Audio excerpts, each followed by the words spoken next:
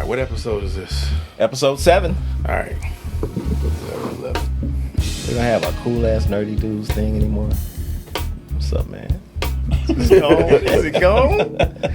Man, So we figure by episode 7, they already know who we are. Is that what it is? well, you know, I always have it listed on the beginning when I do the edit. That's all good, man. I know electricity's high these days, man. Tariffs and stuff, you gotta cut everything. I'm surprised we got all these lights on. Hey, man. Surprised we got clothes on. Well, it's a bunch of dudes in here. We're gonna have clothes on. Right. No offense to those that, you know. Anyway. Hey, man, welcome to the Cool Ass Nerdy Dudes podcast show. This is episode 7. And, man, it's a whole lot. We haven't been on in a couple of weeks, man. Life has been lifing. It's been happening. And to come back. As it always does. Come back. Life has been lifing, man. A whole lot of stuff has been going on. Oh, man, we got a guest in the house with us, man. Brother Oric. Yep, Oric. Yes, I'm glad to be here amongst y'all. Amongst all of y'all, I've listened to the podcast, and so I said, just coming back in town, and Steve said, "Hey, man, we gonna have a podcast. Can you show?" I was like, "Okay, I'm gonna show up." Well, no, I live by the airport. He parks at my house. Yeah, I do park at He's his too house. cheap to park at the airport. No, I ain't too cheap to park at the airport. But when I got a friend like him, Hey, man, when I got a friend like him, I say, man, you can park at my house Man. once in a while. That dude parked my house every other week. I don't mind. I'm paying insurance on this car. So Hey, man, let me tell you, I used to do the same thing. My kids used to play soccer across the street. I used to park at his house because on Saturday mornings, you know, you couldn't find no place to park when all the soccer folks be over there Yeah, and down the yeah. street. And I was like, oh, Steve live right there, man. I just pull up in his driveway. twice. This is twice in a month. For the past 7 months. Yeah, I go ahead and I do take him. But hold on, I do take him out to eat when I do every now and then. I take him. Man, we went to Spondivus. See, yeah, we went to Spondivus. Hey, man, Spondivus ain't cheap. Yeah, we We went go to Spondivus. that one night I came in. We went to Spondivus. You remember? Hey, man. Ooh, this. and we are not sponsored by Spondivus. Oh, no doubt. You know, No doubt. But if you they know, want to we send us could some be, crab though. legs. We could be. Well, I just went there. Y'all want to send us a few crab buckets? We Hey, are man, we will take it. We are down. We will take it. But yeah, Shout out to Spondivus. yeah. And Steve driving. Yep. Being in the right place. I got him. I'm gonna start charging like the airport, man. $20 a shot. Hey, man. You know, soccer. If you're flying out, flying in, it's all good. Come holler at your boy. Right. Yeah. Oh, man. So, Steve. Got a new president this weekend, I heard. That's why I'm dressed like this, man. I'm the new president. I'm showing up to my interview. This is how I show up, man. Oh, man. This is how we show up, man. Yeah. So I heard, you know, you had a little bit of a run-in on the Facebook. Yeah. I had a social media run-in this weekend. You had John, you had a Facebook our fight. wonderful producer and the owner of this Orange Room studio, I've mentioned it before, approached me a while back and was like, Steve, on that social media thing, you make people laugh. You make people think. And sometimes you make people laugh and think, and I think you need a podcast. And I was like, okay. So here we are. This is what we doing. And apparently, this weekend I did the same thing to somebody else, and they came at me. And I think we did it to everybody. It's like everybody came at everybody this weekend. It's probably the most divided I've seen the black race in a long time. Really? Over someone not getting drafted. Wow. Over someone not getting drafted. Who would that be? Shador Sanders. Really? Yeah, great guy, from what I understand. I don't know him, obviously. Don't know his dad, obviously. Know of his dad. His dad, Dion, came to Atlanta and showed off. Have been a fan. Yeah. Been a fan of his dad since then. No doubt. His Dad's a dad- good guy, man. I met him a few times. Yeah, I had no problems with him. His came back, beat up a dude when he left the Falcons, came back and beat up a dude during the game. Anyway, Dion, just to give you an idea, before we go into how I was attacked this weekend on Facebook, that's what I like to say, social media. Slapped around. Got slapped around. Yeah, I got slapped around over some nonsense, and was lied on. That's what really hurt me. I'm like, Scandalized your name. lied on me. Went on his page and did a commentary on me, as if this podcast is doing Joe Rogan numbers. Wow. I'm like, yo, I mean, the way he went at me, you would think that's what was going on. Let me bring this brother down, because he's the one that went out. You would think I went out and said, F Dion, F his family, F his son. Did not say it. I mean, Dion actually has me watching Colorado. Yeah. And I I would think you imagine. got a lot of people watching Yeah, right. Colorado I'm one. because Yeah, I watch it. And I rarely watch college football unless it's an HBCU game. Especially Colorado. Yes. Didn't even think about Colorado until Dion got there. So had nothing bad to say about the guy. I think he's done a wonderful job. I think he's more of a hype man than a coach, and I don't mean that in a bad way. If somebody comes in here and hypes us up, we're gonna be like, ah, yeah, let's do whatever. See, if you got the right person coming into your life hyping you up, you're gonna be really you're gonna do better than probably somebody just coaching you up, because they're gonna make you feel. Dion has a way to make people feel better about themselves, I think, than He's the average person. He's the Les Brown of football. There you coaches. go. There you go. But again, so I say that to say, I watch the brother. I may watch a Georgia game. I live here. Boom, they're exciting. But other than that, if it's not HBCU, I don't watch it. But I watch Colorado. So And then go let's kind of get to it. So you said something. You made a statement about Right. So read the statement. I think what it is, my statement about why I say John got me on the show is because nobody's beneath me talking about on social media. I'm not going to talk about the elderly or somebody that really can't help doing something they it's just horrible in their life. But I make jokes about everything. I try to, at least, not necessarily make jokes about everything. I know they're not always funny, but I try to lighten the load. Mm-hmm. Try to make light of certain things. Social So this media needs some of weekend, that. Social media needs some of that. It needs it. gets It's too a big, lot too big. more than you think. Leatherton. Yeah, there you go. So I posted, and this is where I was lied on. After the draft, I think because there was so much hype and attention given to the young man. Nothing wrong with it. I mean, I guess he earned it. All right. Listen to these words carefully, y'all. All right. This is what I said on social media. I came at me afterwards, but I posted after the draft. Shout out to all the young men who worked just as hard, if not harder, than Shedeur and remained humble and got drafted. That's where I think we piss black people off, because everybody's like, we shouldn't be humble. We shouldn't have to be humble. But anyway, that's a whole nother story. That's fine. Okay. Our celebrity worship got us feeling sorry for Shedeur because of his father. Teams drafted what they needed. This is a business and they stand on it. And here we go playing victim again and yelling racism, which is stupid. And I did this on purpose. I said, which is stupid. My bad. Sickening. I guess that's all we know. The NFL has made more black millionaires than most any other industry.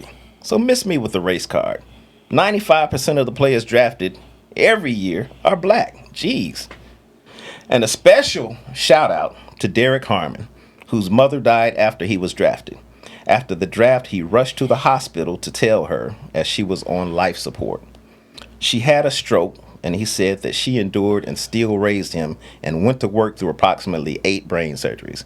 Now that got to me, because I'm like, 8 brain surgeries after a stroke, and she went to work, tells me she had to go to work. Mm-hmm. Yeah.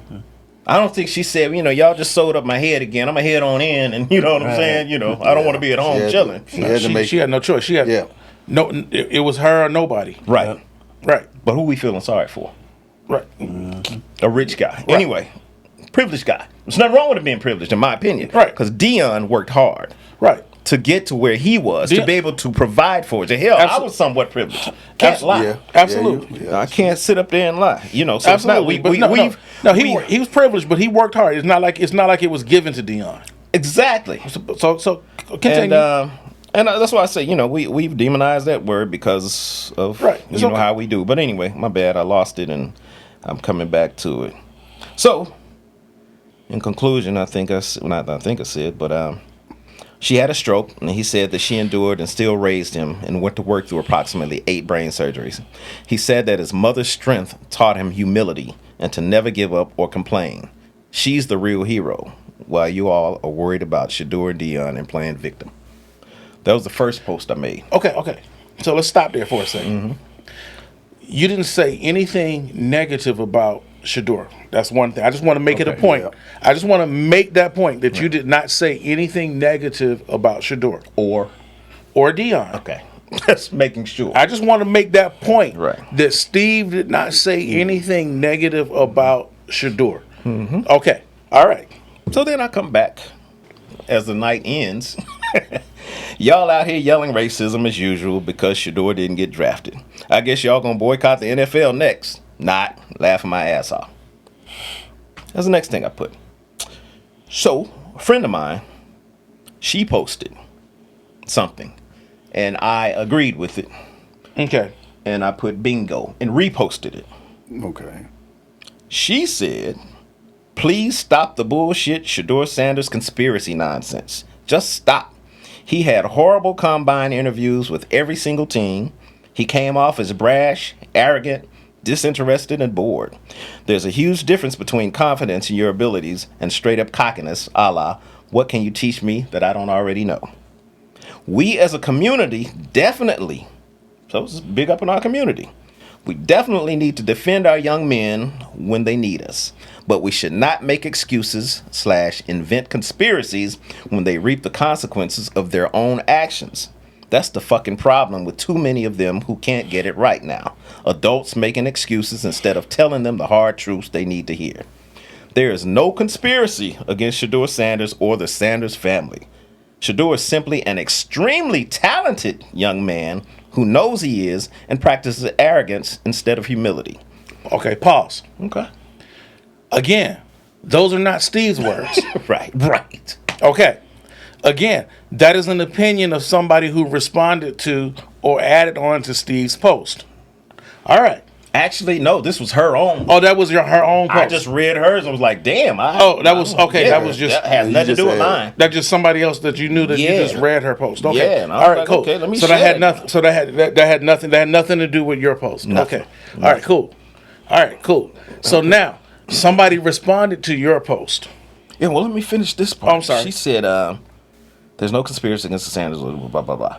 Knows his practice arrogant. The sooner so many of you stop whining and complaining about it, instead of facing and accepting the truth, the sooner you'll see this is totally and completely his own fault. Not the NFL, not the white man, not nobody who you come up with to place imaginary blame. That was funny to me.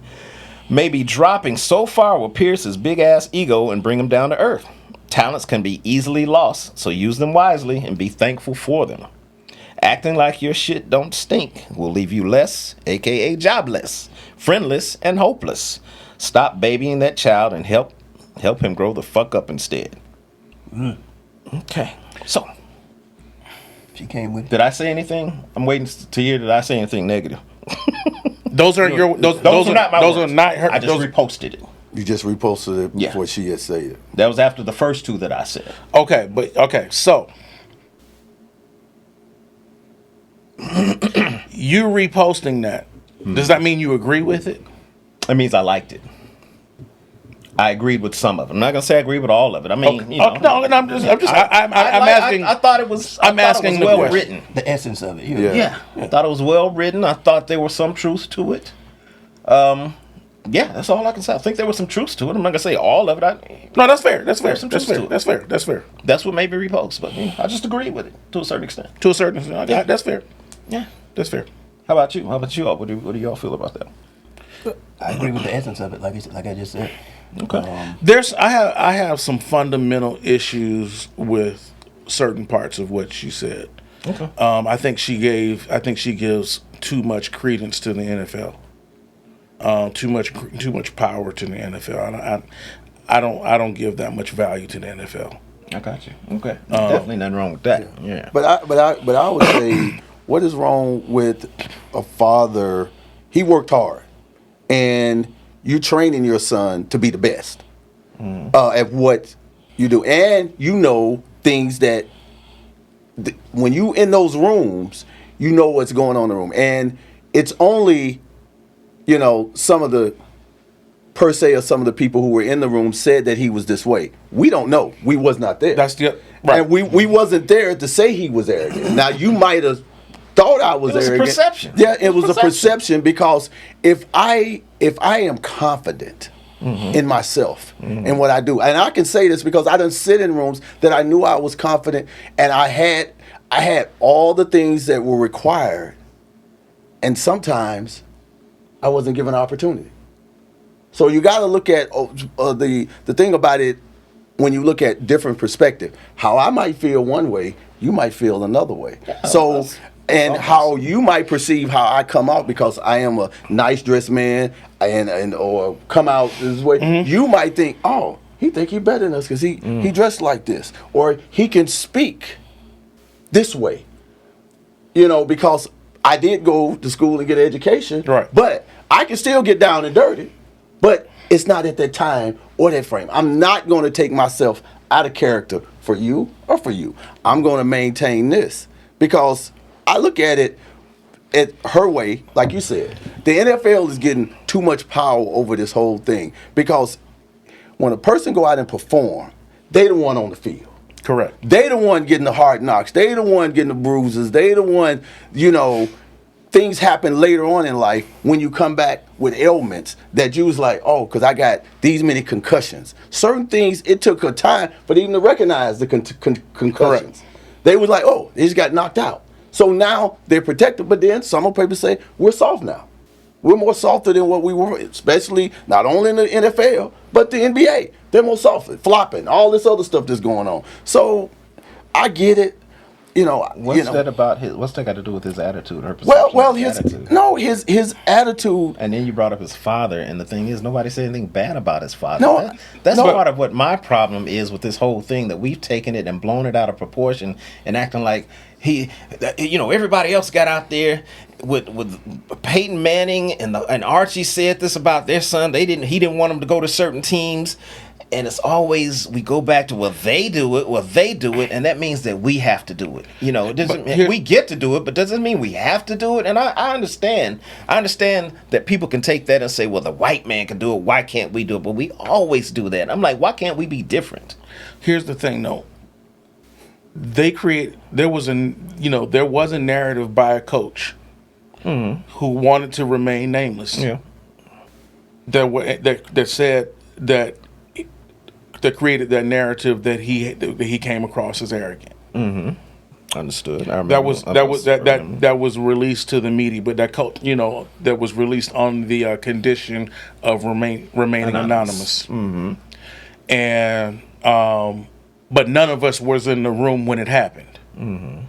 So, what is arrogant? Again, I mean, yeah, I agree because I've often said that if a man walks with his head down, you call him a punk. When he walks with his head up, you call him arrogant. And oftentimes it is confidence. There's times that I walk my head down, I've been like, yo, there's some stuff going on. I walk my head up, and it's like, yeah, they mistake it for arrogance, and I don't think I'm arrogant. I do have some confidence about me. Right. So my question, by no means do I think I'm arrogant. Go ahead. So my question on that.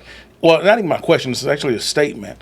There is a thing that is still exists in this day. It exists in corporate America. It exists. It exists even right now in Hollywood. It exists in Broadway. It's called buck breaking. Where that's what they want us to do. Go ahead. Where they literally want you to kowtow and emasculate yourself to, bend to their will. Now, am I saying that's what happened or that's what they were looking for? I don't know. Because guess what? I wasn't in the room. No doubt. None of us were. None of the people who were commenting on were. But at the same time, we have been around long enough to know that it still happens. It does. And that's where the commentary comes, Steve, because we've been around and we've heard these stories time and time again. So you can't discredit the amount of times that this racism has existed. You can't just sit here and discount and say, we cry racism, we cry racism. You got to stop crying racism. It's hard to sit here and say you can't cry that when you sit here and it's been happening in our face for so many years. And I get it, but there has to be a balance. So I understand what this young man overshadow all the other black players that got drafted. Black players have come out of HBCUs. I'm not discrediting what you said. I'm agreeing with what you said. said. Just as confident as he is, but yet they proved themselves. Steve McNair. No, I'm agreeing. I'm agreeing with what you said. No, the first part, your statement that you read at the beginning, everything that you said on your statement, I agreed with. Mm-hmm. Like when you talked about it, everything that the whole narrative of shout out to everybody who we let this story overshadow. Mm-hmm. I agree with that. What I'm saying is we still can't let the fact that this dude had the number one stats in college football, pretty much. Who? Shedeur? Pretty much, yeah. Okay, well, we will have to go back and visit that one, big guy. Cause not. I don't. Let me. I wish we would have brought the stats in. And again, it's not saying this to say I want to discredit the brother. By no means. I want you to get out there. There's too many players that I could think about that I was gonna say have overshadowed him. Balled out of control. I mean, there's no way in the world. I think we're doing this because we want to find a hero. It's like, to me, we look for fake heroes. We want to find a hero, and we want to make it. But I disagree with you. One in the first pick. He was a hero. Who was that? And the one you brought up, we already have them. But we bypassed those because this one was attached to the man and the system. I wasn't thinking about the hero situation. There's a lot of ways you go with it. What was it? Because there's a lot of good stories in the draft, right. But that became the story. And when you look at it, you have to believe that when we say things, when you go from whatever the first stop is to the last stop, which is racism, systemic, buck breaking, those things, there's a lot in between there. Yeah. But when you go directly to the system, the man, the buck, that's like you're just discounting any other possibility. And you overlook the fact that every team passed the first, second, third go around. It wasn't until the fifth round with a lot of course, you have white ownership, you have black GMs, you have black coaches. Either the black GMs and the black coaches are all in on it when they really wanted to pick the guy, including the team that ultimately picked him. They passed on him the first time. They picked a white quarterback from another school, from Oregon, I believe. So either that black GM was in on it and say, I really want Shedeur, but my white owner don't want me to pick him. So I ain't going to pick him. And I'm going to keep quiet about it because I want to keep my job. If you want to believe that type of conspiracy, or he actually saw something that said, I want that guy over that guy. Mm-hmm.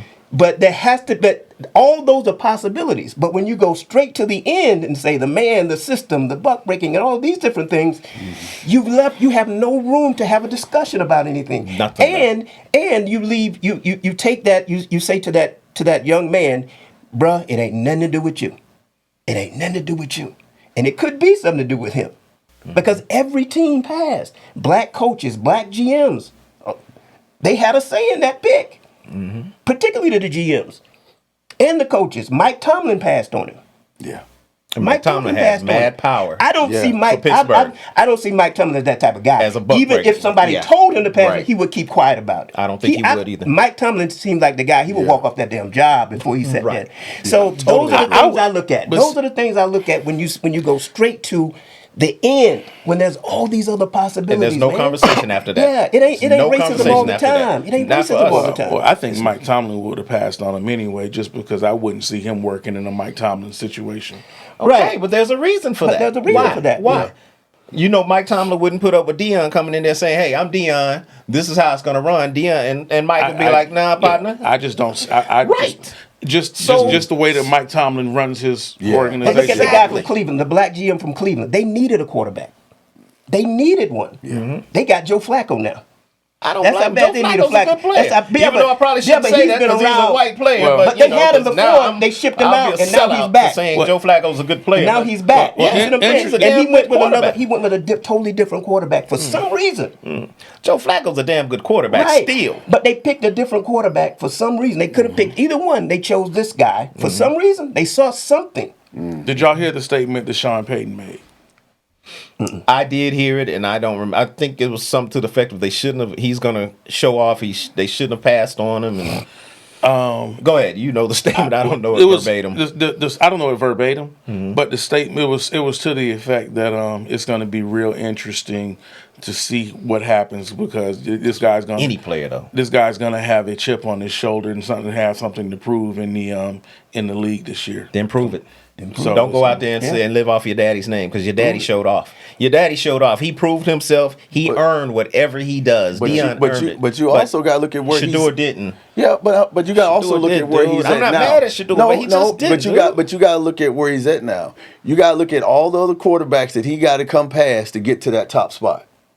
Okay, what about it? You know, That's anybody. Yeah, but no, it's different thing about what you guarantee, what you know. What black people did was put too much pressure on this man now. Now this man has to prove himself to black folks because black folks are like, we had your back, we got your back, we're going to buy your jersey. The man's going to be rich anyway. He's already rich, starting with his dad, then his NIL deals, and now every black person in the world that hated Cleveland is like, I'm now a Cleveland fan just because they drafted. I'm still not a Cleveland fan. Yeah, but I'm going to tell still you not a what, Cleveland fan. go to social media. I know. I've seen. Tell me why. I've seen why it. is he I'm a hero? always real That's the Pittsburgh thing. No, and I've seen Tennessee it. Titans. That's so the thing I is got this two man teams. is made. This I've man seen it. is Ain't as going nowhere if he else. did what Ali did. As if he did what Hank Aaron did and had to deal with what they dealt with. And he didn't. I've seen what you're talking about, man. But I promise you, man, Cleveland can still kick rocks. Okay, that's you. But I'm telling you, go on social media. I am the new I know. Jason Whitlock. I know. I saw it, male man. Candace I saw it, man. When I saw he went to Cleveland, my heart sank because I was like, dang. Because I was like, man, dang, man. Now he's a doo-doo brown. But it's sad that we can sit here and talk like this as we should be able to. They don't. But everybody out there is like, nah, you can't talk about him. You can't talk about us. I don't say everybody. I'll just say some. A good majority. Well, some. A good majority. But some don't. You know. Okay. What you got to look at. Yeah. You said you been off social media all weekend, correct? What's going to feel? Which understandable thing. What is? No, I watched some of it, but what is going to bring people out to those boxes? What's going to bring them out to the stadium? Well, apparently, most of the black people that I know are going to travel to Cleveland to say F things. I don't think that. No, people. No, they're not going to do it. No, they're not. It's going to be some that's going to go. That's going to switch. A whole bunch of because people we that's always. like, I am now a Cleveland fan. But they can my do that. God. That's there. I'm not going. So man, let me say that's gonna last for about 5 minutes. They go. He's the new hero, dude. Hey man, let me say they're gonna take one trip to Cleveland and they're gonna be like, nah. City. to Cleveland, it ain't. It just depends on which side you're gonna be on. It's Hey man, Shaker Heights and that's about it. Man. I've been to Cleveland. It was, Oh yeah, man. I know the cesspool of that city. Okay. Right. I just came to visit a couple of days. Hey, shout out to my friends from Cleveland, man. I got my boys from Cleveland. They probably gonna be meeting me outside. Man. What up, Myron? Yeah, I got some friends from Cleveland too. So Ohio, hopefully the man goes out there and does his thing, because this all they're gonna turn around and do is say, "See, we told you." Blah blah. And like, what you told us? No, man. I got drafted like everybody else. He ain't no hero. I wish the brother the best, man, and I wish his brother Shiloh the best too. Especially Shiloh. But anyway, this dude, going back to it, this is where we were going with asking about my post. Yes, and then I got somebody that comes on here and calls me. This dude comes on here. My bad, I done messed up our fun. But since we're talking about it, so we can get on and off the subject. Yeah. So after I said what I said, which I didn't know I said that much, he comes back and says, where is it? Doggone. Stephen Robinson, I have read your slave narrative on Shador for a few days now. Slave word. Slave. A few days. The draft, we weren't even a few days into the draft. Anyway. He really started talking about it really Monday. But okay. This dude says, I personally know the young man, his dad, and members of his family, so I'm quite aware of his character and athleticism. Your opinion is as dysfunctional as the lesson that the NFL wants to teach. What was my opinion? Congrats to all the other players who remain humble and got drafted and worked just as hard as Shador. So going back to the first thing I said, he didn't say anything negative about Shador. Right. Okay. Just making sure. 'Cause All right. I thought I missed something. So that's going. All right. Okay. Cool. Then he goes on to say about me, your opinion is dysfunctional, whatever. We will not do business with players. We will own your intellectual property, and we will bend to our will. You will bend to our will. This is what he's saying that the NFL wants to teach our boys. You'll break yourself, and we'll do it, or we'll do it for you, so that you understand who and what you are to us, a commodity that we control. You've mentioned, this is him saying me, you've mentioned that the NFL has made more black millionaires than any other industry. Is anything wrong with that? That statement is could be true. Yeah. Okay. I don't Not know. any industry. I didn't say any. Yeah. I didn't say any industry. He just said I said most industries. It has made more black millionaires than most industries. Yeah, but and that's arguable. Yeah, that's arguably true. Arguably. Sports. Yeah. Yeah, you wrote it as if it justifies the fact that they won't allow us to own a team, though. You wrote it as if it justifies them making billions annually, not including TV rights and merch. Your post are a shining example of why we can't overcome as a people. We don't recognize and or utilize the collective economics of our excellence. You've mentioned that most of us in the community are stupid. Didn't say most of us. Anyway, go ahead. Most of us are programmed to silently fear the repercussions of white people.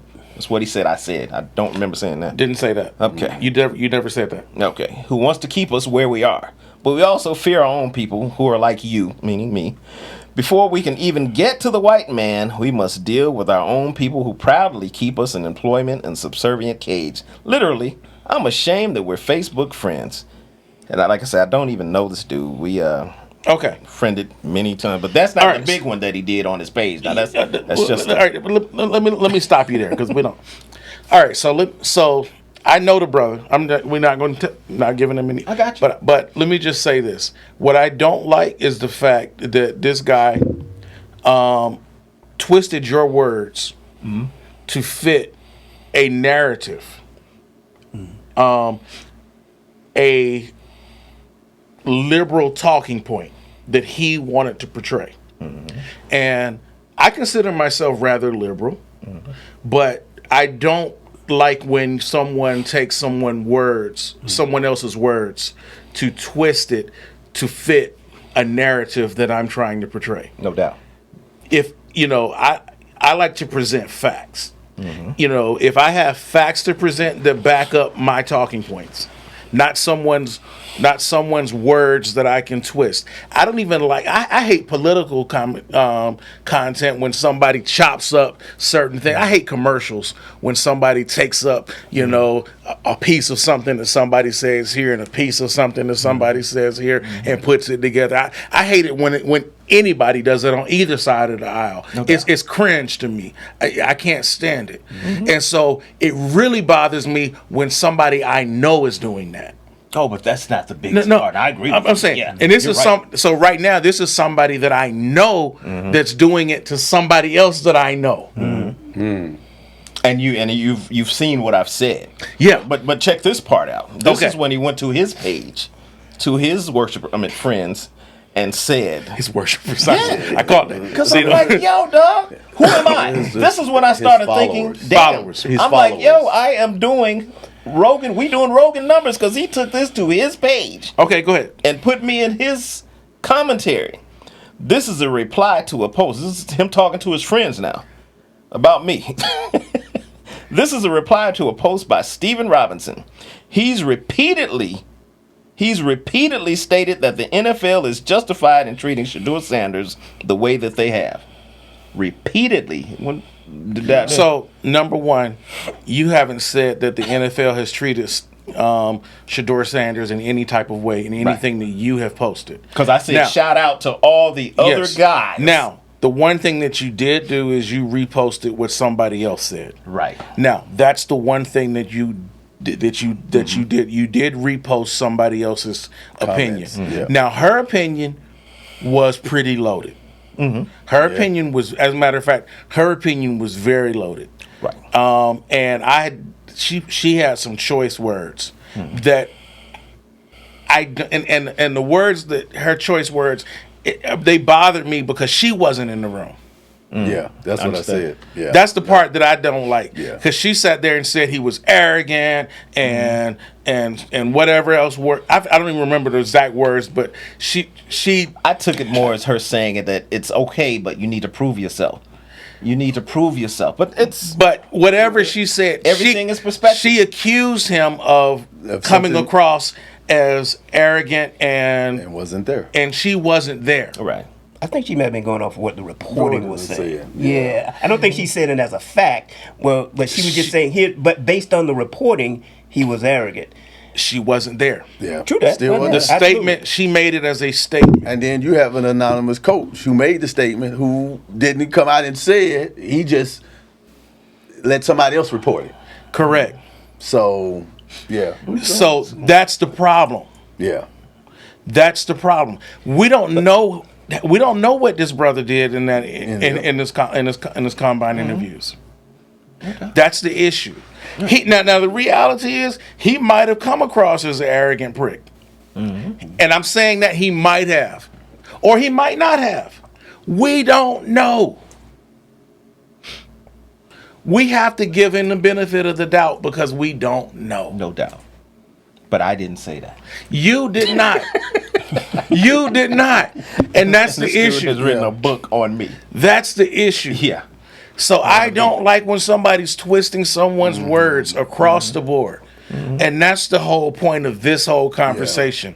Is folks got to be accountable for the words that we say and the words that people are saying, man. Yeah.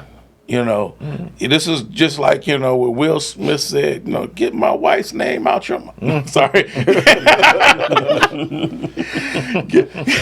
Keep my homeboy's name out your mouth. Oh, he put my name in here about 5 times, dog. My name. You know. And I'm like, yo. And then somebody that we know that we mutually called him and told him that I was in law enforcement. I know who it is. And I'm looking at it like, why? Why would she call him to tell him that? But then I thought about it and said, okay, since he's so graciously called me a slave, amongst other things, I think a lot of black people look at us law enforcement and say, you know, well, they're the muscle for the white man. We know how they think. They think super conservative. They think this way. They think that way. And it's never anything about black people. They are here to serve the white man. So that's the only reason I could think she would call him and tell him that I'm in law enforcement. Because I'm like, why? What's that got to do with anything? But that's what he hit me up with. I understand you're in the law enforcement arena. I'm like, okay. He's like, I didn't know that. Something to that effect. And What I'm does that like, have to what do does with that it? have to what- do yeah, what does- with how What you does that have just to went do on with here and anything? dogged me and twisted my words and lied on me and put this whole commentary on your page about me? And then, like I said, for her to come and I guess call him and say, yeah, he's in law enforcement. That's how I look at it as happening. Yeah, you know he's in law enforcement. But That has nothing to do. That has nothing But to like do I with said, anything. when you get super pro-black and super radical, you want to bring in everything. And what part of that is, you know, we don't like the police. They don't like the police. Can't say we are there. I'm a part of it. Man. But the thing is, they think we all think alike. They think we are slaves. They think we are here just to serve the white man. And I'm like, I'm in the blackest county, Right. serving the blackest county, and helping many people in that county, Hey. and not taking everybody to jail like they think that's all we do. But like you said, it has nothing to do with You sports. know me, man. You know I'm fight the power like a mug. But Yeah, right no now, doubt. man, I can't get behind that, bro. No. This, It amazes me. This is what we do, like you said, to push a narrative. yeah, I'm not To push a narrative. Hey, I don't. This is And false. it's amazing. This is false flag like a Oh, mug. defamation like a mother. He defamed my name like a. Oh my God. But take it it's so cool. personal, That's too. we deal with, huh? And he take it so personal. I mean, I don't I know listened the to the statement that Shador and Dion gave after he's like, "This God's plan." People are more offended than they are. I'm like, They grief. man, let me tell you, they were cool. If you look at what Dion, if you see all the footage, you know, that they released between when Dion and his boys, you know, sitting there, they in the house chilling. They should be. Not As only they are should be. they in the house, they in the house in a party environment. And what are we doing? What are we doing? Dividing as usual. You Man. got so many people on here that have hinted at me. I know, and they have hinted at, oh, I'm the new Jason Whitlock, which I don't have a problem with Jason Whitlock. I don't have a problem with brothers that think differently. My thing is, we always want to go with the whole slave narrative. None of us were there and understand what slaves went through, and that's what they went through was horrible. I couldn't imagine. The thing is, from my thinking of history and reading about slavery, the people that thought differently were the ones that weren't the sellouts. But now we've twisted that, and the ones that think differently are the sellouts. You know, because we don't have that herd mentality. We see things for what they are. We see things differently. We see things not just the whole thing. Let's all get together. You know, we all got to think alike. We all got to think alike. And what we're going to do is call that one brother over there who's thinking differently. He's a slave. He's a sellout. Oh, I've been called Jason Whitlock by people that I thought I was cool with. Sambo. What else? The male, what's her name? The male Candace Owens. Kinfolk and not skinfolk. Huh? Yeah. All this Kinfolk, not because kinfolk. I don't come off Kinfolk, and not jump kinfolk. on in the herd and get behind everybody so we can go moo. We're moving on up now. The thing is, moving on up, keep on in herds. As we know, herds are led to slaughter. But anyway, the thing is, you cannot sit here and always look at somebody else who thinks differently from you and call them a sellout because you got it easy. They're the ones that probably do a lot more research than you, come with a lot more references than you, but you want these likes. You want everybody to look at you as this big pro-black, I know everything about black people, and everything you do outside of being liberal, maybe, I don't know. It's just, you have a sellout mentality. It amazes me, man, that we cannot sit. And then the most pro-black people don't understand that when you're putting everybody else down, you are being pro-black, which to me says that you would like to bring your race together. You're further dividing your race because you're pushing out so many people. You are so pro-black that you don't care that you're pushing away other people because they think differently than you. Again, I use the analogy. I think a lot of white people can sit back and say, you're a Democrat, I'm a Republican. We may not agree on a lot of things, but let's get together and drink a beer. Let's get together and play some golf, and let's get together and discuss how we're going to do our finances, how we're going to get together and invest together, how we're going to get together and start a business. But we don't. We sit here and say, well, I don't like you because you think differently. You think like a Republican. You think like a white man. You think like a conservative. You a Trump supporter. On and on and on. And F you. That's not going to bring us together. That's further dividing us. We don't need anything else dividing us because there's so many little things that divide us. Big stuff doesn't divide us because we don't look at the big picture. We don't look at the businesses that you all do. But for the most part, we're not looking at business. We're not looking at finance. We're not looking at the stuff that we need to be teaching our people to grow. And at the end of the day, we got millions in the bank. We're looking at little bitty stuff. This social media has us so divided over the smallest stuff. Well, like I said, these brothers out here calling you all kind of names like they the blackest people on earth while they sitting behind their doggone their keyboards. I'm out there in the hood helping people every day, black people at that. Well, social media is designed to keep us. It's designed to keep us at each other. So we got about 15 minutes left. Okay. All right. So, but I want to switch gears for a second. Right up. All right. So with this last 15 minutes, I want to talk about something that's really important coming up. Yeah. So we're getting close to the end of the academic school year. Mm-hmm. So it's coming up on summertime, and in summertime, you know what happens: kids are out of school, and BS starts to kind of happen because kids are out of school. Mm-hmm. What can we do? Coming up, what can we do to keep our kids occupied? What we can. Go ahead, my bad. What programs do you think in the city of Atlanta or Clayton County or in Georgia you know of that happen, that are around for kids between the ages of 14 and 17, 14 and 18.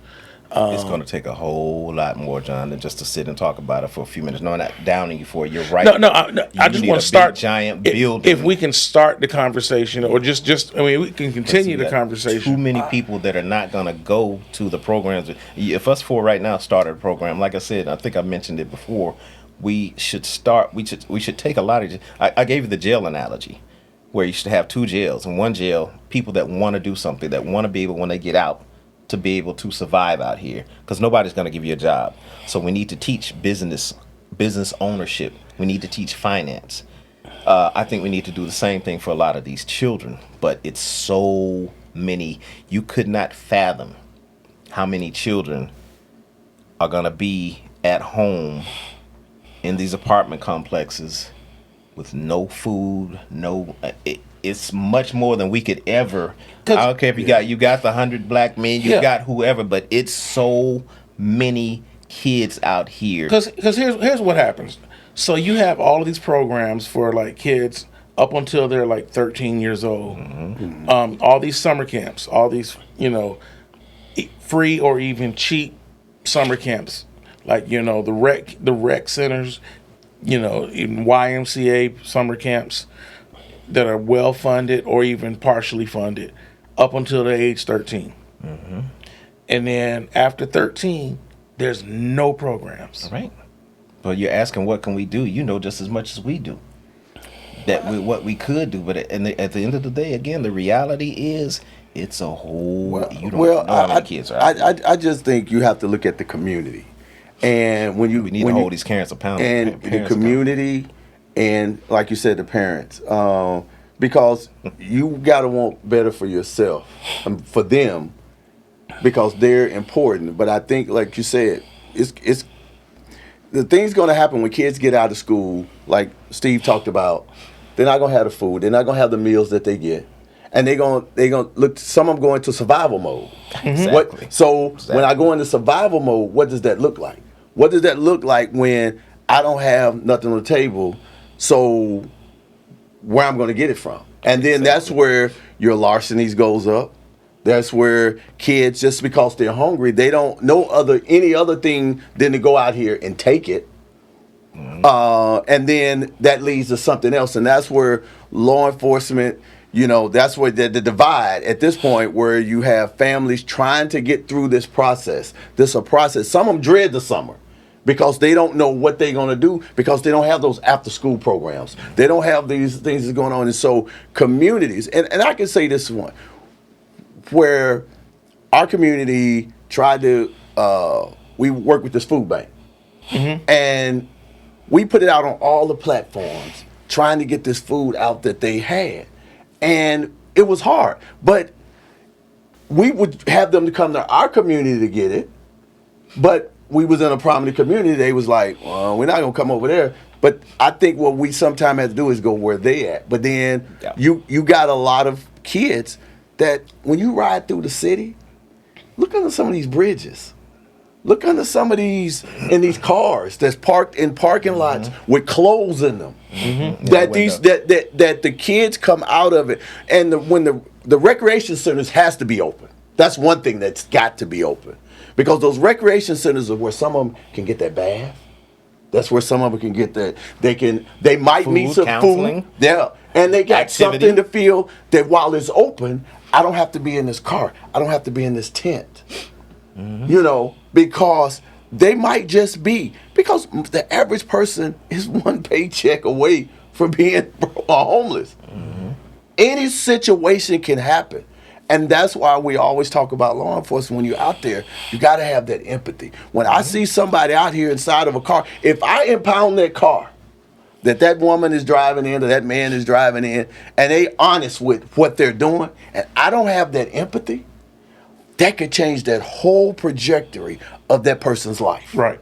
Just by me making that decision. So I think over this summer, I got food in my pantry and I probably ain't going to. We got to be out here saying, hey, what are you doing? When you see people, you like, and there's people out here that's just out here for the grab. Mm-hmm. They out here getting the money. They say they're going to do this. but they ain't doing nothing.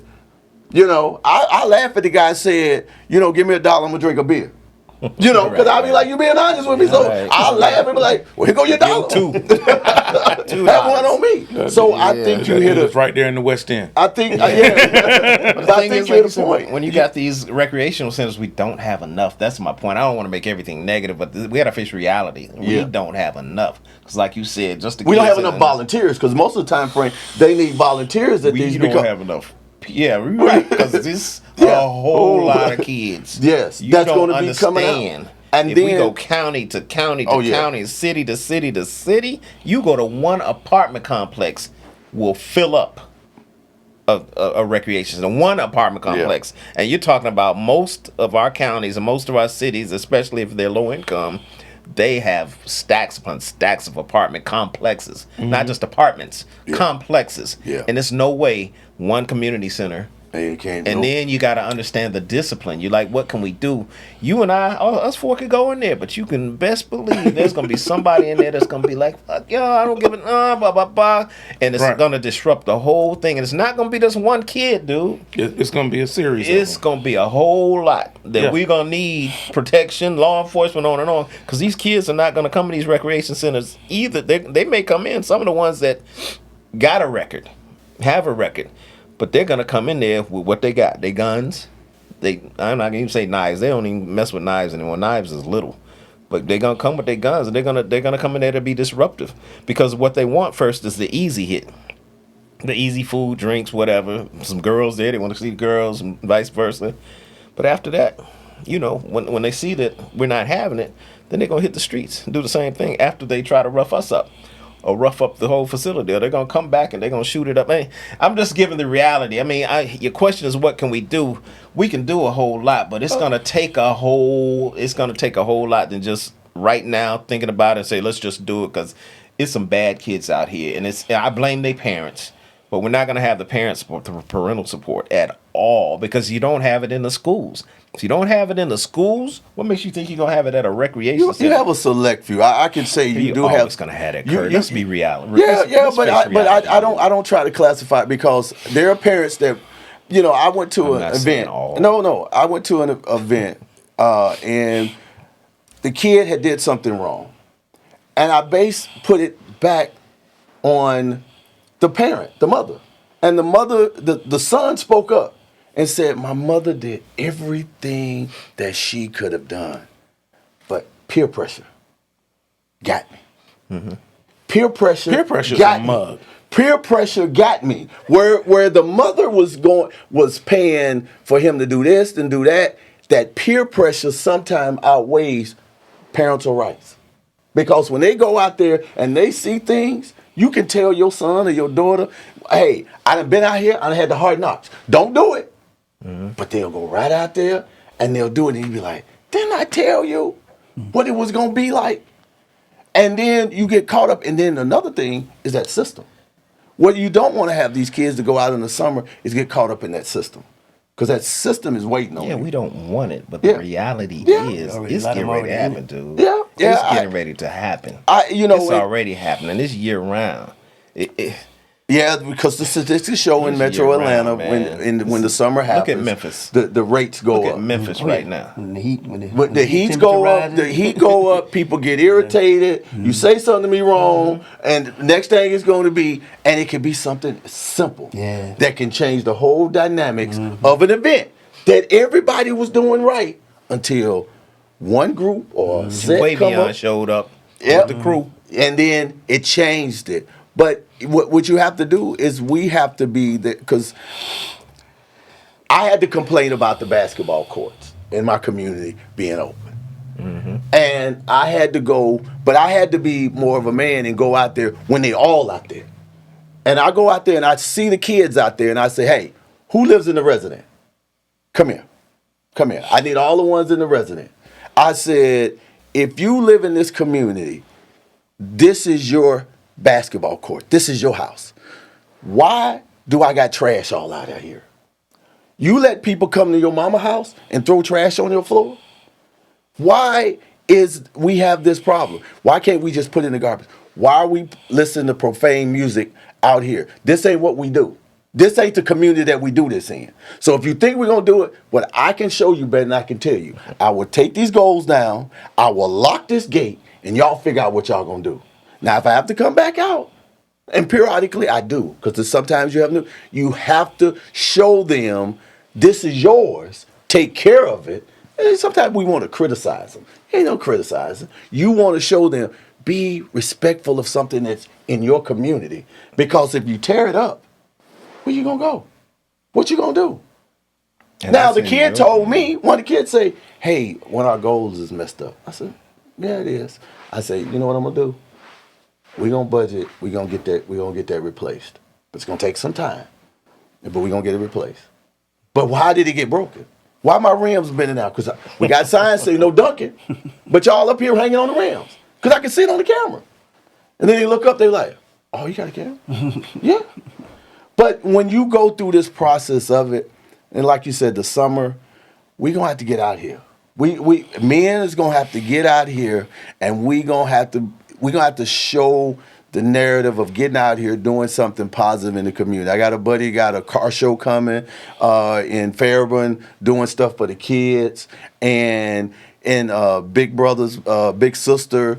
You know, the 100 black men of America is out and about. We're teaching this narrative of going out here and being active and being proactive.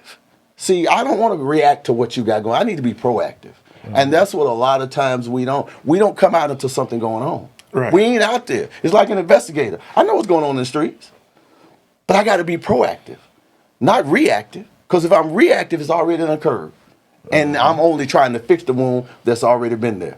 So I said, when we get out here and we do things, we have to be active in our community. We got to stop looking for the cops. We got to stop looking for. We can provide stuff in our own community if we just take the time out to do it. But I don't care about a pat on the back. If I do what I need to do to keep his son or your son or daughter out of this problem, that's what I'm gonna do.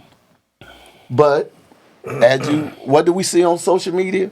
We see a kid punching a principal at the school, and that's the big narrative, and everybody else seeing this. But what about the kids who doing the right thing? We always show the stuff that's negative. We don't show the kids who doing the right thing. And that's what I tell a lot of people, say, start showing the kids, but they don't sell. The good kid in the school don't sell. The bad kids sell. That's what you want to see. You want to see World Star. You want to see the fights. No. Where is the kids that's academically excelling in their way? But that's not good enough. I agree with that to a certain extent. With that, and we do show it, but I think we need to bring attention to that. Why? Because we also need help within the school and the school system. Yeah. And if we don't have the school system backing us, instead of allowing what happened to that teacher to happen, the school, and I'm not saying the superintendent, because the superintendent and the teachers get blamed to me, where the school board needs to see that, and the school board needs to say, we need to do something about that within that school, instead of saying we're going to get rid of that teacher, or we're not going to do anything about it, and therefore the students look and say, well, we're good, we can keep doing that. Just like in the homes, if you don't do anything to your child, the child just says, okay, I can go ahead and do it, I can keep doing this. Just like when we arrest a child, and on the streets you call juvenile, and they say, well, what did they actually do? There's not enough points. So therefore, release them back to their parents. And what do they say? Well, we can keep getting away with it, and we're going to keep doing it, and it's going to get worse.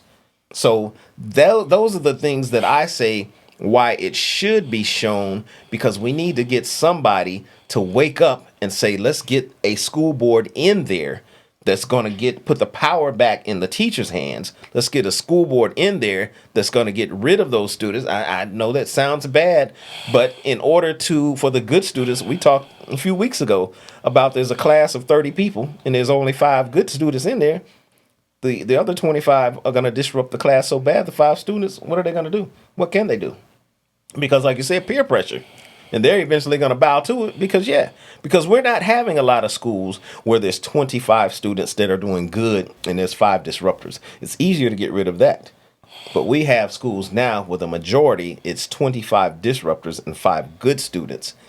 And what do they do? What do you do? The school boards, But we keep electing them, just like anything else, just like a county commission and city council. We keep electing the wrong people. And why we elect the wrong people is because we're electing people based on them being our friends, or, as I keep saying, frats or blah, blah, blah, instead of somebody who was actually going to hold somebody accountable and say, hey, we're going to do something about this. And again, we kind of need to start bringing attention to these parents and hold the parents accountable. We're not holding the parents accountable. We're just letting them send their kids to school to be babysitted. And these parents are at home smoking weed. Why don't they have like a courts when the kids get in trouble? The parents have to be right there. You have to be right there and explain why. Because half these parents don't care. Yeah, but I'm just saying, it should be something like that. A courts that say, okay then, parents, you could, but we've seen it. Parents have come up there try to beat up the teacher because the teacher took away the cell phone. Right. Told them they couldn't. And so I actually went to a school and the kid literally, the teacher was standing outside the door. Everybody had put their cell phones in the box. Put the cell phone in the box. Mm-hmm. So he had his cell phone in his back pocket. Teacher saw him say, hey, you need to put your cell phone there. I just don't feel like it. Mm-hmm. and so I'm literally on the other side looking, and he's like, well, you can't come in my classroom. He's like, well, I guess I won't be going in your classroom. And he said, so you're telling me, and so I, me being a man, I say, so you telling me, when I talk to a young man, you telling me you're not going to put your cell phone in the box and do what authority says. Do what that person say to you so you can learn in the classroom. And you prefer to go to the principal's office and sit up there? And I guarantee you, when you get up there, you ain't gonna have the cell phone either. So that goes to a whole other issue. Yeah, that goes to a whole. That's more than just, and that's not a black-white thing. Yeah. That goes to a whole thing with just kids in general, and we can have a whole other conversation on that. These kids are addicted to these phones. These phones are like crack to these kids. Adults are too. Yeah, adults are too. But more so, the kids are like, no, it's crazy. Yeah, it's crazy. They're addicted. They're so addicted to these things. Had we not been, I wouldn't have saw that dude coming at me this weekend. No, I mean adults. It's sad. We're addicted to it, but we've had a life. We've had a life without them. Mm-hmm. Yes. So if you take away our phone, we know how to adjust to without it. Our kids don't. They don't know. First thing you they gotta learn. wean them off of it, man. There's actually schools, I just saw them recently, where they actually take the phone. First thing in the morning, you put your phone in your slot right here. It's only going to work get it to the end of the day. Mm-hmm. My middle son is going to he's going to be the Naval Flight Academy for the summer. Mm. And the first thing they told him is that no cell phones on the base. Wow. And he's like, that's gonna be hard. And I'm like, it's gonna be hard for you, right? Because you got to wean them off. It's like a drug. And don't wean them off. You just gonna have to. Yeah, I mean, he'll go through his withdrawals. But you know what I'm saying? He'll be figured out.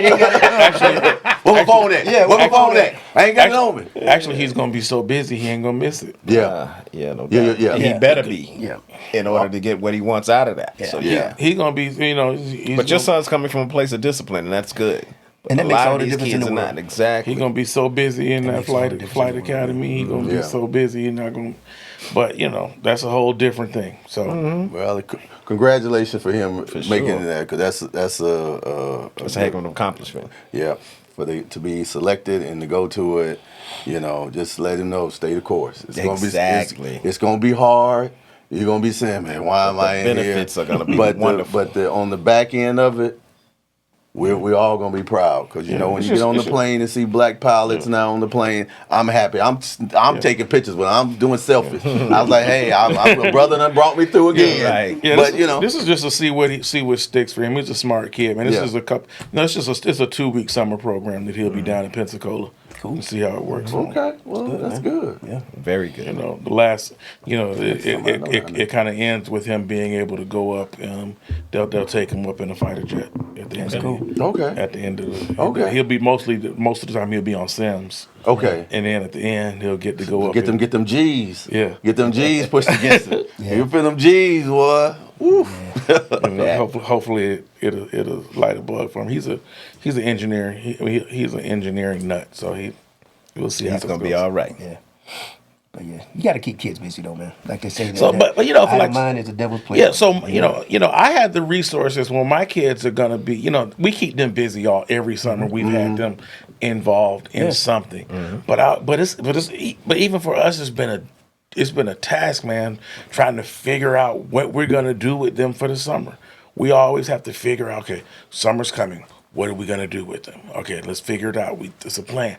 But I always think about, you know, okay, so if we didn't have the resources that we have, what are we gonna do with the kids for the summer? And I look and I'm like, man, it's, you know, there's not a whole lot of options for folks that don't have the resources that I have.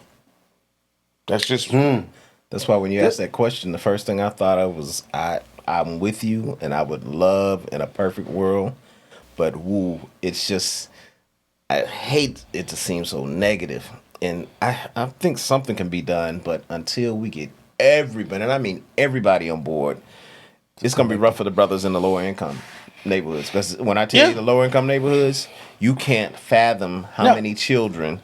When I'm at work, how many buses stops at one complex. Back in the day, one school bus would pick up dang near the whole school. No, it's like 3, 4, 5 buses for one complex. every program that my boys, you know, do for the summer, man. These programs started like, okay, for these 3-week program, okay, that's $2,000, or this 3-week program, it's, you know, it's $2,500, or this, you know, and I know that you know, there's a lot of folks that can't afford that.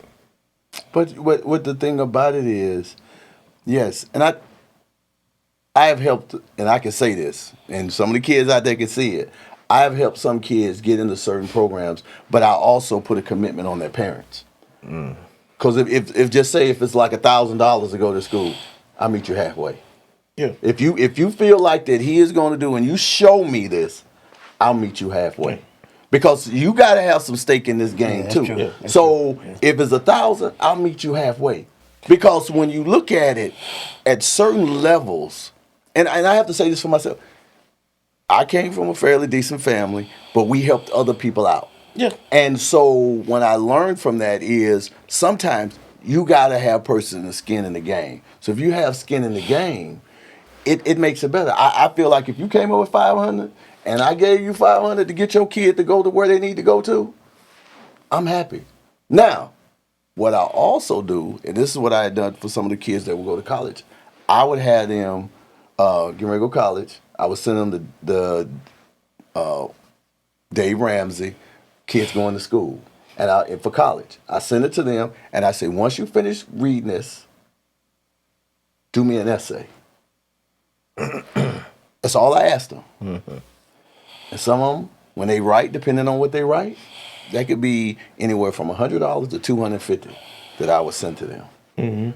Because once they did it, and so one of them, I sent it to him, he was like, you want another one? I'll write you another one. Because, you know, but I knew his parents. And so, you know, he did it, and he sent it back to me, and still today, he still talked to me. He said, you know what? Now I know about finances when I come out of college, what the things that I wouldn't have knew about. And he said, but what he did, he started talking to other people. He said, hey, man, this old dude, this OG gave me this book. And, you know, you might need to take a look at it. Yeah. But that's what you got to do, because if you start with one, that one can catch another. Yeah. And that's what you got to do. And so, and we can't, I'll just say this, you can't take the money with you. Just take some of the money that you have. And I'm one of the things on athletes. Get back to some of these communities.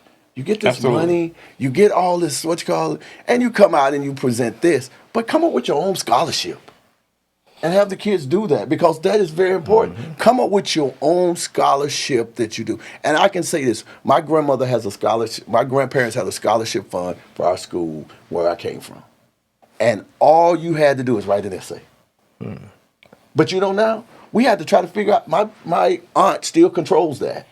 And we still today have to figure out who's going to get it. Because it's there. You just got to do an essay. And some of them just want to do that. Find the kid to do it. Yeah, I'm just saying. Why you want to It's do in it? Jackson. Yeah. Right outside of Memphis. Yo. All right, I man. thank y'all. I appreciate Well, y'all. I'm glad we had a Yeah, chance to end appreciate it you on coming at least out, that, unless that positive note, man. Yeah. So, Steve, Yes, sir. stay out of Facebook fights, man. I know, because it's Hey, getting man, beneath me. And it's unnecessary. I'm putting you on Facebook timeout for You're right. You know. Facebook and Amazon timeout. I need to stop, man. All right. Chill and get this body together, and Yeah, you man. know, and Kev, people, let's start eating healthy. Let's start drinking water, and on and on and on. Go ahead. congratulations on the new Start gig, working man. out. Yes, Thank you, definitely, brother. man. Thank you, brother. You're looking Back a little in the brighter, game. man. Back in the game. You got a glow about you, man. Got a glow about you. Yes, sir. I'm back in the game. You know, Kev, first few episodes, Kev was like, I don't know how that interview went. But what was that episode of Dave Chappelle when the guy was talking to him, and he was thinking, hey, Arsenio and something. He was like, some good ass cheese. The guy came to him, Dave, I got an idea. You're gonna do this and do that, and Dave was just sitting there thinking about a whole bunch of other stuff. Right. That's what Kev was doing his first few episodes. Yeah. Man, I sure miss getting up at 6. One day, somebody gonna call me. Oh, well, John, what'd you say? Hey, Curry, man, it's been a pleasure having man, you on yes, here sir, with man. us, I man. appreciate Man, it. I hope you come back one day. Oh yeah, I'll come back. Oh yeah, he'll be back. He'll be parked at my house probably next weekend. No, No I got. grass grows right there. You know, Hit forget it my like you yard. started. I bet his yard is immaculate. You can park in my house if you come out there, Steve. You know? But yeah, I got a reason to come park in Douglasville. Hey, there's a Hooters. They got a great mall. Ain't Hooters going out of business? Yeah. They're not. I thought they were revamping. They're supposed to be revamping, which I just don't see Hooters revamping. Because what are you gonna do? Make them wear clothes now? You were built on the orange shouts. They're going to wear dressed like nuns. You know what's hurting them though is what's the new spot? Tilted Kilt. No, Not no, Tilted no, Kilt. no, Twin like Peaks. Twin Peaks. Twin Twin Peaks. Peaks, yeah. Twin Oh Peaks. my God. We're gonna leave. Hey, man, we're gonna They leave. peaking. All right, on that note, man, we're gonna leave this thing. We're gonna leave this thing alone, man. Well, they're peaking. All right. All right, y'all. And the great street prophet Chuck Willery. We'll see you in 2 and 2. And the great street prophet Don Cornelius is going to be a stone.